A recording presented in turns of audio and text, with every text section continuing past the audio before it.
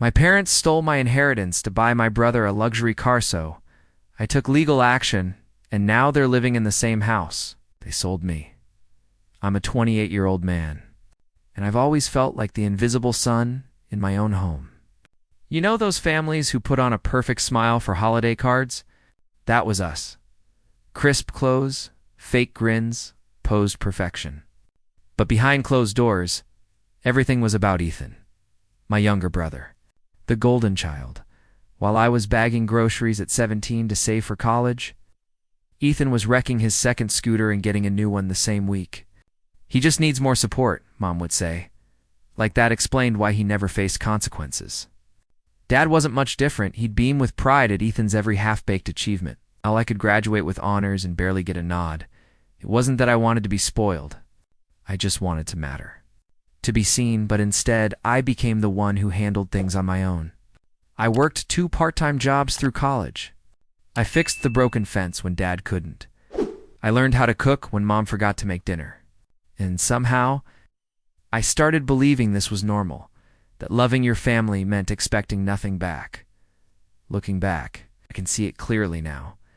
I was never their priority. I was just their backup plan. The one who'd figure it out while they poured everything into Ethan, their last hope, as they called him. Even when he failed out of his second-degree program, you'd think betrayal comes from the outside, a friend, a stranger, a thief. But mine came from the 2 people who raised me, the ones who were supposed to protect me, and the worst part? I still kept loving them long after they stopped deserving it, but things changed the day my father died. Dad's death came out of nowhere. One night, he complained about chest pain after dinner, and by morning, he was gone. No warning, no goodbye, just silence where his voice used to be. The house that once echoed with his laughter turned into a museum of grief. I handled everything, the funeral arrangements, the paperwork, even making sure Mom ate. Ethan, of course, was too emotional to deal with it. At the reading of the will, I felt something I hadn't in years, hope. Dad had split everything equally between us, the house, the savings, even the life insurance. For once, it felt like he'd seen me. Like all those years I'd quietly carried the family weren't invisible to him after all. I remember gripping that document so tightly, my hands shook. Mom didn't share my relief. She sat stiff, eyes red but cold. When the lawyer read that the house was to be owned by Ethan and me, she muttered, "Your father didn't think things through." It sounded less like grief and more like anger. I brushed it off, convincing myself she was just mourning in her own way. But the way she looked at me that day, like I'd taken something from her, stayed burned in my mind. Ethan barely said a word. He avoided my eyes, fiddling with his phone as if waiting for the reading to be over. On the drive home, Mom kept repeating, "We'll figure things out as a family." Those words should have comforted me. But something about the way she said "we like it" didn't include me, made my stomach twist. I didn't know it yet. But Dad's will wasn't a bridge to healing. It was the spark that would burn whatever was left of our family to ashes. A few weeks passed and things got quiet. Too quiet. I kept asking Mom when we'd sit down and formally split the estate, the savings, the property, the paperwork. She'd brush me off every time. "We're still grieving," she'd sigh. "It's not the time for money talk." I wanted to be respectful, but a voice in my gut was screaming. Then I got a call from the estate lawyer. His voice was tight. "Did you sign off on the house sale?" My heart dropped. "What house sale?" I paused. "Your family home. Your share was transferred to your mother. It's already sold." I felt like the air got sucked out of the room. I called Mom immediately. She didn't even try to deny it. "We needed to move on," she said calmly. "The house had too many memories. I did what was best for all of us." All of us. The words felt like poison. I asked about my share of the money. She said it was being handled. I asked when I'd see my part. "Don't be so obsessed with money," she snapped. "You've always been the greedy one." And then came the gut punch. 3 days later, Ethan posted a photo on Instagram. Him, leaning against a gleaming, brand-new luxury car, keys dangling from his fingers like a trophy. The caption read, "Finally treated myself. Work hard, play harder." I stared at the screen. hands shaking. The dots finally connecting in the ugliest way possible. My inheritance. The part of my father's legacy meant for me had bought Ethan a damn car. A car I didn't even get a phone call that night. I sat in the dark, phone glowing in my palm, and I realized something brutal. They didn't just ignore me, they erased me. I confronted Mom the next morning. My voice was shaking, but I didn't hold back. You sold the house behind my back. You used my inheritance. How could you? She didn't flinch. She poured herself coffee like we were talking about the weather. Watch your tone, she said flatly. You're making it sound worse than it is. That money was ours as a family. Ethan needed a car to get to work. What was I supposed to do, let him struggle? I laughed. Bitter, broken laughter. You let me struggle my whole life. She shot me a look so sharp it could have cut glass. You've always been dramatic. Your father spoiled you with that will. Ethan's been through enough. Every word twisted the knife deeper. Later, Ethan texted me. I didn't know she'd use your share, bro. She just said Dad wanted me to have it. He followed it up with a smiley face, like that made it better. That night, I called her again, desperate to make her see how wrong this was. But she flipped it every single time. You don't understand how hard it's been for me, she cried. You're trying to turn this family against me. You're ungrateful after everything I've done. The guilt hit like a wave. I actually found myself apologizing. I said, I just wish you'd told me, and she sniffled, replying, You've always been so cold to me. This is why I can't talk to you. Gaslighting, I didn't know the word then. I just knew that every time I tried to stand up for myself, she'd twist it until I felt like the villain. I started doubting my memory, my judgment, my worth. Until one night, during another endless argument, she said something that stopped me cold. You'll never win against me. You don't even know how things really work. And that was the moment I realized maybe I needed to learn how they did work. I spent the next week feeling like I was drowning in my own thoughts. I barely slept. I'd lie awake replaying conversations with Mom, trying to make sense of how things spiraled this far. Had I misunderstood the will? Had I signed something without knowing? That question haunted me. I dug out every document I had, copies of the will, the estate summary, old emails from the lawyer. I went through everything like a man possessed. And then I found it. My name, my signature. Only it wasn't my signature. The form that transferred my rights to the house had been forged. My hands started trembling. Not just from anger, from violation. They didn't just steal money, they stole my identity to do it. The next day, I booked an appointment with a local attorney. I walked into that office with a folder full of grief, and when I told him what happened, he leaned back slowly, his face tightening. This looks like forgery and financial abuse, he said. It could fall under fraud, especially if your signature was forged and funds were misused. I felt seen. Like someone was finally speaking the language I didn't know I was fluent in, betrayal written in legal ink. He asked me to gather more proof texts, bank statements, anything that showed where the money went. We can't move forward without hard evidence, he said. So I went home and did something I never thought I'd do. I waited until Mom fell asleep on the couch, then crept into the office where she kept the filing cabinet. My heart pounded with every paper I pulled. Bank transfers. Did paperwork? A folder with Ethan's car receipt. The down payment came from the estate account. My name was on none of it, but my inheritance paid for all of it. I closed the drawer slowly, the weight of it all hitting me like a brick. This wasn't just favoritism, this was theft. I hadn't heard from Ethan in weeks. Not a call, not a text, just the occasional story post of him flexing beside his car, or hanging out at rooftop bars like nothing had happened. Then, out of nowhere, he showed up at my apartment. No warning. Just a knock. I opened the door to find him standing there in gym shorts, sunglasses on his head, looking nervous for once. Can we talk? He asked, voice quieter than I'd ever heard it. I let him in, but I didn't offer him a seat. He sat anyway. I didn't know she used your whole share, he said, eyes darting everywhere but mine. I thought it was. Like joint money or something? Crossed my arms. You really think I'd buy you a car after everything? He looked embarrassed. Mom said you were always the responsible one, that you didn't need it as much. I stared at him. She said that to justify theft? He hesitated, then leaned forward, voice barely above a whisper. There's more. She's planning to sell Dad's lake property too. She already got it retitled. Says you wouldn't care about it anyway. My stomach dropped. That cabin had been Dad's favorite place. We used to go fishing there every summer. I hadn't even thought about it being part of the estate. I thought you should know, Ethan mumbled. I'm sorry, bro. I didn't think it'd get this bad.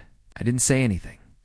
I just stared at him like I was meeting a stranger, and maybe I was. Because it hit me in that moment. This wasn't just some mix-up or messy family disagreement. This was a coordinated effort.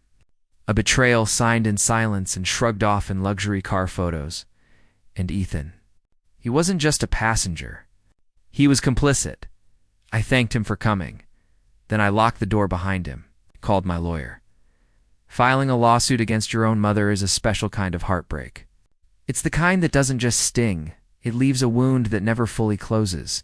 But I did it. After gathering everything, the forged documents, the bank transfers, Ethan's half-confession in a recorded voicemail, my lawyer said we had enough. It wasn't just morally wrong. It was criminal, fraud, misappropriation of estate funds, forgery. I remember signing the paperwork with trembling hands. I wasn't angry in that moment. I was hollow, tired, like I was finally setting down a weight I'd carried since childhood. The lawsuit hit the family like a grenade. Word spread fast. Cousins started texting. My aunt called me crying, begging me to work it out privately. My uncle sent me a 2-line email calling me a disgrace to your father's name. But none of them knew what I knew. None of them had been quietly sacrificed for the golden child for 28 years. Mom, of course, was livid. She left me a voicemail that still makes my skin crawl. You want war? Fine, but don't come crawling back when you're all alone. That hurt more than I admitted. I stared at the wall for hours that night, wondering if I really was becoming the monster she painted me as. But then I'd look at the paperwork. My forged signature. My name stripped from assets my father wanted me to have. Ethan driving around town with the roof down while I worked 10-hour shifts, and the guilt. It started to fade because standing up for yourself, especially when your family taught you that your role was to stay silent, isn't selfish, it's survival. The first court date was set for a month later, and I knew, walking into that courtroom, that nothing would ever be the same again. The courtroom was colder than I expected, not just the temperature, but the energy. I sat at the plaintiff's table in a pressed shirt and shaking hands. Staring across the aisle at the woman who gave birth to me, Mom walked in wearing a charcoal gray dress like she was attending a church service, not standing trial for defrauding her own son. Ethan wasn't with her. Maybe he didn't want to pick a side today, or maybe he already had. When the judge entered, everything turned silent. My lawyer opened with clarity and calm, how the estate was divided, how my signature had been forged, how the house was sold without my consent. He presented the documents, the transfer records, the car purchased with money from a joint account I never had access to. Then it was her turn. Mom took the stand and turned into a woman I barely recognized.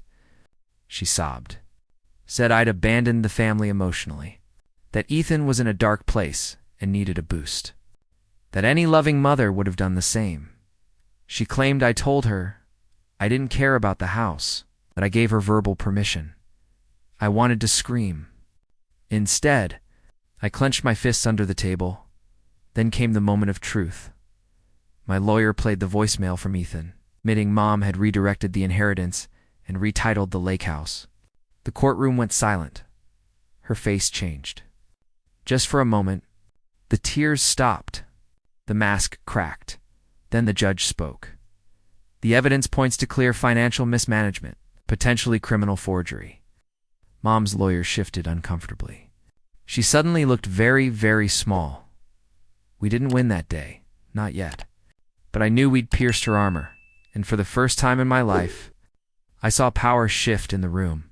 Not because I yelled, but because I finally made her answer for it. The court ruled in my favor 2 weeks later. The judge ordered the assets frozen, pending full investigation. The house returned under my name. The remaining funds? To be split, as originally stated in the will. The lake property put on hold until ownership could be legally clarified. It was justice. But it didn't feel like victory. The moment the ruling hit, my phone exploded. My aunt left a voicemail calling me heartless. My cousin posted a passive-aggressive quote on Facebook about snakes wearing family masks, but it was the text from Ethan that gutted me most. You could have just talked to her. You didn't have to ruin everything. I didn't reply. What was there to say? A few nights later, Mom showed up at my apartment building. She didn't buzz. She just waited outside, arms crossed, like she'd summoned me with her presence. I saw her through the window. Part of me wanted to go down, to let her explain, maybe even argue one more time just to feel something, but I did instead. I sat on my couch while she waited in the cold. Eventually she left, and in that moment, I realized something I wasn't ready to admit before. I had lost them. Not just the legal battle, not just respect, I had lost my family. Whatever thread of hope I'd been clinging to, thinking we could fix this, had snapped. The silence after the court ruling was louder than any fight we ever had. I thought winning would bring me peace. But it just opened a new kind of grief mourning people who were still alive. I was no longer the invisible son. I was now the enemy. And in the wreckage of everything I thought family meant, I sat alone, wondering if justice was worth the cost. 3 months later, I got the official title to the house. The same one I grew up in. The same one they sold behind my back. Now legally mine. I stood in the empty living room the day I got the keys, and I didn't feel triumph. I felt weirdly hollow.